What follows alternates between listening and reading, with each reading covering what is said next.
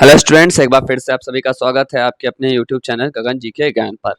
आज हम फिर आप लोगों के लिए बहुत ही इंपॉर्टेंट क्वेश्चंस लेके आए हैं जीके से रिलेटेड, सामान्य ज्ञान से। तो बिल्कुल एंड तक देखिएगा, बहुत ही अच्छे क्वेश्चंस है। टॉप 25 क्वेश्चंस आप लोगों के लिए, तो पूरी वीडियो को एंड तक देखिएगा, कहीं पे जो स्किप मत करिएगा। बहुत इंपॉर्टेंट क्वेश्चन है आप लोगों के लिए, तो बिल्कुल अच्छे से बने रहिएगा पूरी वीडियो में। और अच्छे अच्छे क्वेश्चंस आप लोगों के लिए हम इसी तरह रोज लेके आएंगे। अगर आप हमारे चैनल पर नए हैं तो हमारे चैनल को सब्सक्राइब करिएगा, वीडियोस को लाइक करिएगा और ढेर सारा शेयर दीजिएगा, क्योंकि हम लोग इसी तरह इंपॉर्टेंट क्वेश्चंस आप लोगों के लिए ले आके आते हैं, जो कि पूरा पिछले बार पूछे जा चुके हैं, प्रीवियस ईयर में कई बार पूछे जा चुके हैं। हर एक चीज़ के लिए, एसएससी हो, चाहे सीजीएल हो, चाहे सीपीयू हो, एमटीएस हो, सीएचएसएल हो, सबके लिए बहुत इंपॉर्टेंट होते हैं किसके, ये जीके के क्वेश्चन। तो चलिए बिना देरी करते हुए अपने पहले क्वेश्चन तक पढ़ते हैं। तो हमारा क्वेश्चन नंबर 1 क्या लिखा हुआ है, सब लोग देख सकते हैं कि ऋग्वेद का कौन सा मंडल पूर्णतः सोम को समर्पित है, जो एक तरह से सोम मंडल भी कहलाता है।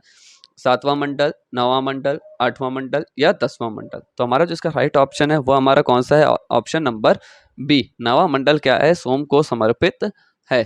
तो चलिए अपने नेक्स्ट क्वेश्चन तक बढ़ते हैं, जो कि हमारा है क्वेश्चन नंबर 2। तो क्वेश्चन नंबर 2 देखिए क्या कह रहा है कि हड़प्पाई स्थल मांडा किस नदी के किनारे स्थित था।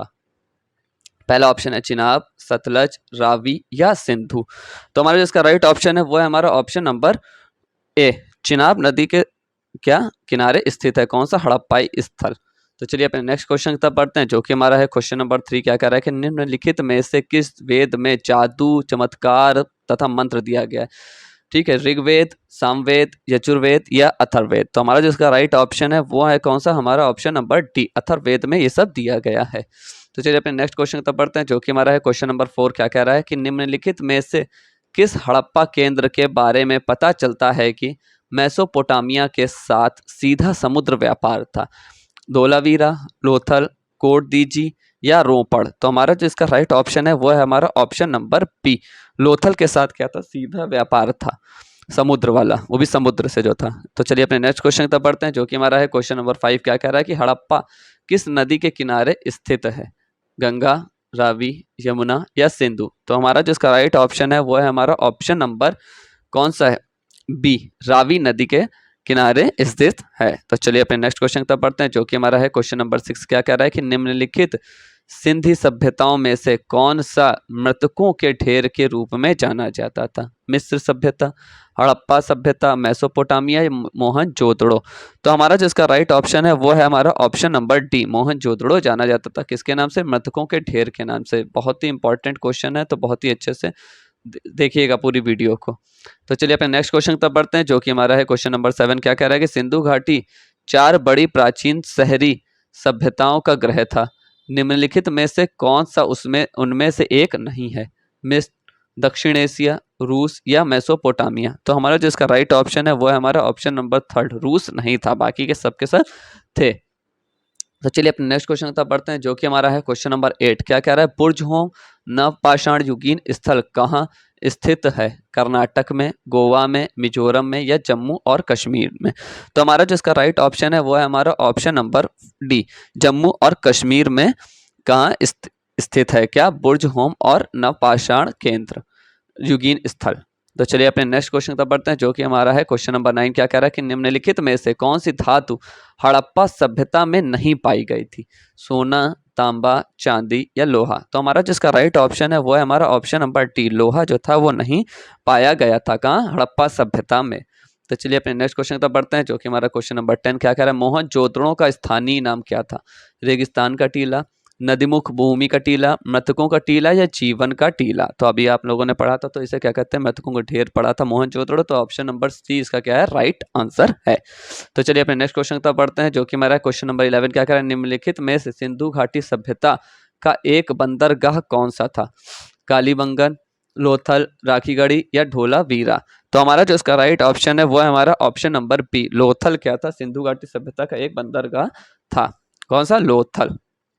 बहुत ही अच्छे से देखिएगा इसमें जो किस तरह का क्वेश्चन है और क्या पूछ रहा है, तो बिल्कुल वीडियो को एंड तक अच्छे से देखिएगा। तो चलिए अपने नेक्स्ट क्वेश्चन तक पढ़ते हैं, जो कि हमारा है क्वेश्चन नंबर 12। क्या लिखा है, दावजली हेडिंग या दावजली हेडिंग नवपाषाण स्थल कहाँ स्थित है, मेघालय, असम, जम्मू और कश्मीर या कर्नाटक। तो हमारा जिसका राइट ऑप्शन है वो है हमारा ऑप्शन नंबर 2, कहाँ स्थित है दावजली हेडिंग और नवपाषाण केंद्र, असम में स्थित है। तो चलिए अपने नेक्स्ट क्वेश्चन तब बढ़ते हैं, जो कि हमारा है क्वेश्चन नंबर 13। क्या कह रहा है? भीमबेटका किसके लिए प्रसिद्ध है? वैदिक कालीन मंदिर के लिए, मौर्य चित्रकला के लिए, गुफा शैल चित्र के लिए, बौद्ध प्रतिमाओं के लिए। तो भीमबेटका किसके लिए प्रसिद्ध है? गुफा शैल चित्र के लिए प्रसिद्ध है। कौन? बहुत ही important, very very most important question है ये, बिल्कुल अच्छे से इसको पढ़िएगा। इसीलिए पूरी जब तक वीडियो एंड ना हो तब तक बिल्कुल अच्छे से उसको पढ़ते रहिएगा। तो चलिए अपने नेक्स्ट क्वेश्चन तब बढ़ते हैं, जो कि हमारा है क्वेश्चन नंबर 14। क्या लिखा है कि निम्न में से कौन सा एक राजस्थान राज्य में स्थित परिपक्व चरण हड़प्पा स्थल है? मांडा, कालीबंगन, चनहुदड़ो या नागेश्वर। तो हमारा जो इसका राइट ऑप्शन है वो है हमारा ऑप्शन नंबर बी, कालीबंगन एक परिपक्व चरण हड़प्पा स्थल है। कहाँ? राजस्थान राज्य में। तो चलिए अपने नेक्स्ट क्वेश्चन तक बढ़ते हैं, जो कि हमारा क्वेश्चन नंबर 15। क्या कह रहा है कि हड़प्पा सभ्यता की खोज सर्वप्रथम किस वर्ष में हुई थी? 1932 में, 1905 में, 1921 में या 1926 में? तो हमारा जिसका राइट ऑप्शन है वो हमारा कौन सा है? ऑप्शन नंबर सी, 1921 में क्या हुई थी? सर्वप्रथम इसकी खोज हुई थी। तो चलिए अपने नेक्स्ट क्वेश्चन तक बढ़ते हैं, जो कि हमारा है क्वेश्चन नंबर 16। क्या वेदागों के संदर्भ में निम्नलिखित में से कौन सा शब्द अनुष्ठान को दर्शाता है? छंद, कल्प, व्याकरण या शिक्षा। तो हमारा इसका राइट ऑप्शन है वो हमारा ऑप्शन नंबर 2, कल्प क्या अनुष्ठान को दर्शाता है, कल्प शब्द। तो चलिए अपने नेक्स्ट क्वेश्चन तक बढ़ते हैं, जो कि हमारा है क्वेश्चन नंबर 17। क्या कह रहा है? हमें राज्य का नाम बताएं जिसने पहली बार युद्ध में हाथियों का इस्तेमाल किया था? कौशल, मगध, चंपा या अवंती। तो हमारा जिसका राइट ऑप्शन है वो है हमारा ऑप्शन नंबर 2 बी, मगध का इस्तेमाल सबसे पहले हाथियों का इस्तेमाल किसने किया था? मगध राज्य ने। तो चलिए अपने नेक्स्ट क्वेश्चन तक बढ़ते हैं, जो कि हमारा क्वेश्चन नंबर 18। क्या कह रहा है? वर्तमान महावीर और किस नाम से विख्यात हैं? जेना, महान शिक्षक, महान प्रचारक या जैन। तो हमारा जिसका राइट ऑप्शन है वो हमारा ऑप्शन नंबर ए, जेना के नाम से विख्यात हैं। चलिए अपने नेक्स्ट क्वेश्चन तक बढ़ते हैं, जो कि हमारा है क्वेश्चन नंबर 19। क्या कह रहा है कि कैवल्य कौन से धर्म से संबंधित है? बौद्ध, जैन, हिंदू या सिख। तो हमारा जो इसका राइट ऑप्शन है वो है हमारा ऑप्शन नंबर बी, जैन धर्म से संबंधित है कौन? कैवल्य।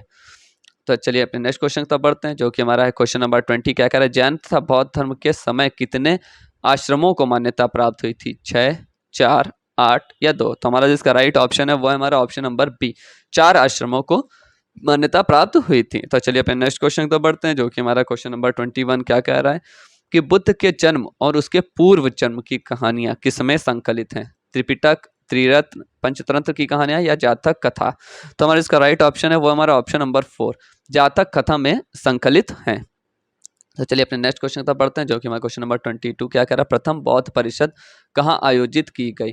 वैशाली में, कश्मीर में, राजगीर में या पाटलिपुत्र में। तो हमारा इसका राइट ऑप्शन है वो है हमारा ऑप्शन नंबर सी, राजगीर में प्रथम बौद्ध परिषद आयोजित हुई थी। तो चलिए अपने नेक्स्ट क्वेश्चन की तरफ बढ़ते हैं, जो कि हमारा है क्वेश्चन नंबर 23। क्या कह रहा है? अन्य महाजनपदों में से कौन सी राजधानी तक्षशिला है? कौशल, कुरु, वज्जी या गांधार। तो हमारा जिसका राइट ऑप्शन है वो है हमारा ऑप्शन नंबर 4, गांधार क्या है? राजधानी थी किसकी? तक्षशिला की। तो हमारा इसका चलिए अपने नेक्स्ट क्वेश्चन तक बढ़ते हैं, जो कि हमारा है क्वेश्चन नंबर 24। क्या कह रहा है? निम्न में से कौन सा शासक बुद्ध का समकालीन था? उदयन, बिंबिसार, अजातशत्रु या महापद्य नंद। तो हमारा जो इसका राइट ऑप्शन है वो है हमारा ऑप्शन नंबर 2, बिंबिसार क्या था? शासक समकालीन था किसके? बुद्ध का समकालीन था। कौन सा शासक? बिंबिसार। तो चलिए आज के अपने लास्ट क्वेश्चन की तरफ बढ़ते हैं, जो कि हमारा है क्वेश्चन नंबर 25। क्या कह रहा है? निम्नलिखित में से कौन सा संप्रदाय बौद्ध धर्म का नहीं है? महायान, हीनयान, दिगंबर या थेरवाद। तो हमारा जिसका राइट ऑप्शन है वो है हमारा ऑप्शन नंबर सी, दिगंबर क्या है? बौद्ध धर्म का संप्रदाय नहीं था, बाकी सबके सब संप्रदाय थे। तो ये आज के थे हमारे टॉप 25 क्वेश्चन, जो बहुत ही इंपॉर्टेंट हैं सभी एग्जाम के लिए, चाहे वो SSC CHSL हो या MTS हो या CPO हो या स्टेनो हो या CGL हो, सब में है जो क्या जीके बहुत ही इंपॉर्टेंट पार्ट होता है, जो बहुत ही स्कोरिंग पार्ट भी होता है। तो पूरी वीडियो को अच्छे से देखिएगा और अच्छे से समझिएगा। इसी तरह आप लोगों के लिए हम रोज़ एक नई वीडियो लेके आएंगे, ताकि आप लोगों का अच्छे से क्या रिवीजन भी हो सके और प्रैक्टिस भी हो सके। तो आज के लिए इतना ही, कल एक बार फिर हम आप लोगों के साथ जुड़ेंगे एक नई वीडियो के साथ। तब तक आप लोग अपना ख्याल रखिए और अच्छे से प्रैक्टिस करते रहिए। और हमारे चैनल को सब्सक्राइब करिएगा, वीडियोज़ को लाइक करिएगा और ढेर सारा शेयर करिएगा, ताकि और भी बच्चे जुड़ें हमसे और इसकी प्रिपरेशन अच्छे से कर सकें। Thank you so much.